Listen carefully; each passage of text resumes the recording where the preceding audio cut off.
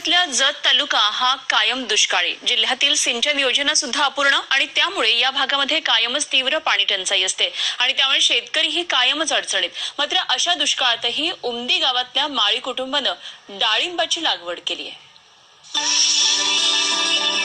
उमदी गावातील माळी कुटुंबाची ही डाळिंबाची बाग, दुष्काळी भागातली ही डाळिंबाची बाग पाहून भल्या भल्यांना आश्चर्य वाटतं।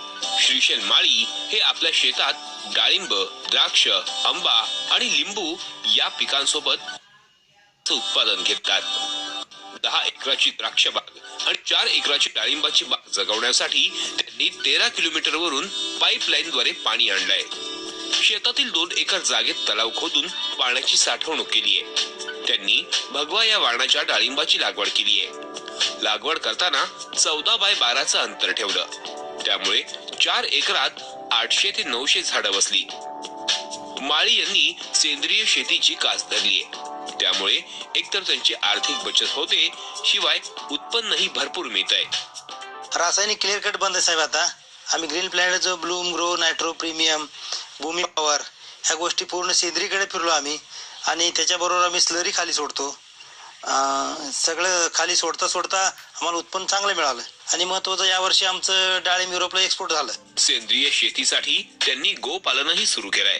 गायीच्या गोठ्याजवळच टाकी बनवली आहे। या टाकीत गायीचं गोमूत्र आणि शेण साठवलं जातं, त्यापासून ते स्लरी आणि जीवामृत बनवतात। याचा वापर शेतात केला जातो। इथं मुख्य प्रॉब्लेम होता जमिनीमध्ये पाणी टिकवून ठेवणं।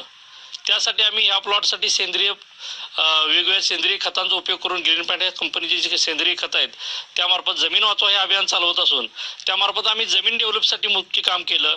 त्या जमीन डेव्हलप झाल्यामुळे पाण्याचं टिकवण क्षमता वाढली, पाणी पुरू लागलं।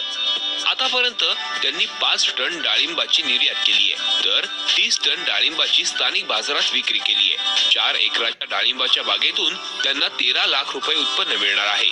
1.5 लाखाचा खर्च वजा जाता तब्बल 12 लाख रुपये निव्वळ नफा मिळणार आहे। तर द्राक्षापासूनही 55 लाखाचं निव्वळ उत्पन्न अपेक्षित आहे। आमचे 1100 डाळिंब झाड आहे।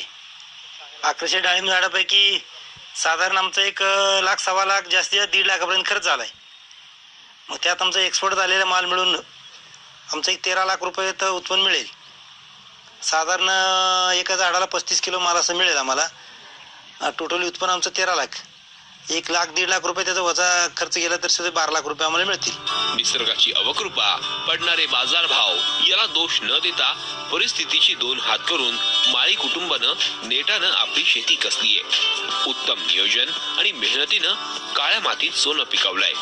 त्यांचा आदर्श प्रत्येक शेतकऱ्यानं घेण्यासारखा आहे। रवींद्र कांबळे, झी मीडिया, सांगली।